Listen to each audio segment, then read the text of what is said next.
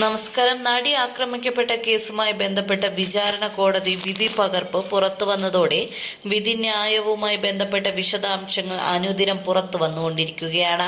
കേസിലെ ഗൂഢാലോചനയ്ക്ക് തെളിവില്ല എന്നാണ് കോടതി കണ്ടെത്തിയത്. ദിലീപും പൾസർ സുനിയും തമ്മിൽ 6 സ്ഥലങ്ങളിൽ കൂടിക്കാഴ്ച നടത്തിയെന്നായിരുന്നു പ്രോസിക്യൂഷന്റെ വാദം.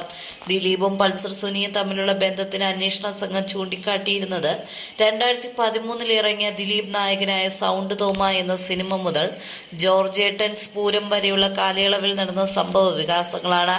ഈ കാലയളവിലാണ് ഇരുവരും തമ്മിൽ ഗൂഢാലോചന നടത്തിയത് എന്നാണ് അന്വേഷണ സംഘം വാദിച്ചത്.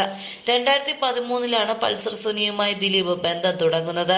പിന്നീട് ഈ ബന്ധം ഒരു ഗൂഢാലോചനയിലേക്ക് വളർന്നു എന്നാണ് പ്രോസിക്യൂഷൻ കോടതിയിൽ ബോധിപ്പിച്ചത്. എന്നാൽ ഈ ആരോപണം സംശയാതീതമായി തെളിയിക്കാൻ കഴിഞ്ഞില്ലെന്ന് കോടതി നിരീക്ഷിച്ചു. ആ സമയത്ത് നടൻ മുകേഷിന്റെ ഡ്രൈവർ ആയിരുന്നു പൾസർ സുനി. മുകേഷ് ഈ ചിത്രത്തിൽ അഭിനയിച്ചതിനാൽ പൾസർ സുനിയും ഈ സെറ്റിൽ ഉണ്ടായിരുന്നു. സൗണ്ട് തോമയിലെ അഭിനേതാക്കൾ താമസിക്കാൻ സൗകര്യം ഒരുക്കിയിരുന്നത് ആലപ്പുഴയിലെ ഒരു ഹോട്ടലിലായിരുന്നു. ഈ ഹോട്ടലിൽ വെച്ച് ദിലീപും പൾസർ സുനിയും കൂടിക്കാഴ്ച നടത്തിയത് പ്രോസിക്യൂഷന് തെളിയിക്കാൻ കഴിഞ്ഞില്ലെന്ന് കോടതി ചൂണ്ടിക്കാട്ടി.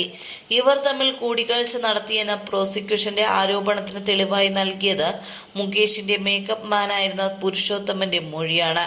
ഈ മൊഴിയിൽ വ്യക്തതയില്ലെന്നാണ് കോടതിയുടെ കണ്ടെത്തൽ. ഇതുകൂടാതെ ഈ സെറ്റിൽ ഗുണ്ടാ പ്രശ്നം ഉണ്ടായിരുന്നു. ഈ പ്രശ്നം പരിഹരിച്ചത് പൾസർ സുനിയുടെ ഇടപെടലിലൂടെ ആയിരുന്നു. ഇതിന് തെളിവായിട്ട് അന്വേഷണ സംഘം ഹാജരാക്കിയത് ഒരു വൗച്ചറായിരുന്നു. അതിൽ ഗുണ്ട സുനിൽകുമാർ എന്ന് എഴുതിയിട്ടുണ്ട്.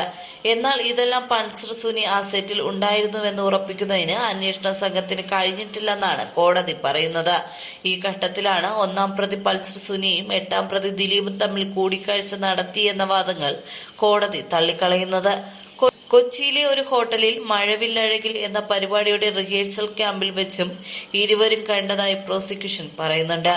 ഇതിനും തെളിവുകളൊന്നും ഹാജരാക്കാൻ പ്രോസിക്യൂഷന് കഴിഞ്ഞിട്ടില്ല. ജോർജേട്ടൻ സ്ഫൂരം എന്ന സിനിമയുമായി ബന്ധപ്പെട്ട് തൃശൂരിലെ ജോയ് പാലസിൽ വെച്ച് ഇവർ കണ്ടുവെന്ന് പറയുന്നുണ്ടെങ്കിലും അതിനും തെളിവില്ല. ഇരുവരും തമ്മിൽ കൂടിക്കാഴ്ച നടത്തിയത് തെളിയിക്കാൻ പ്രോസിക്യൂഷൻ പരാജയപ്പെട്ടു എന്നാണ് കോടതി കണ്ടെത്തിയത്. അതേസമയം കീഴ്ക്കോടതി വിധിക്കെതിരെ വളരെ വേഗത്തിൽ അപ്പീൽ പോകാനുള്ള നീക്കങ്ങളിലാണ് പ്രോസിക്യൂഷൻ.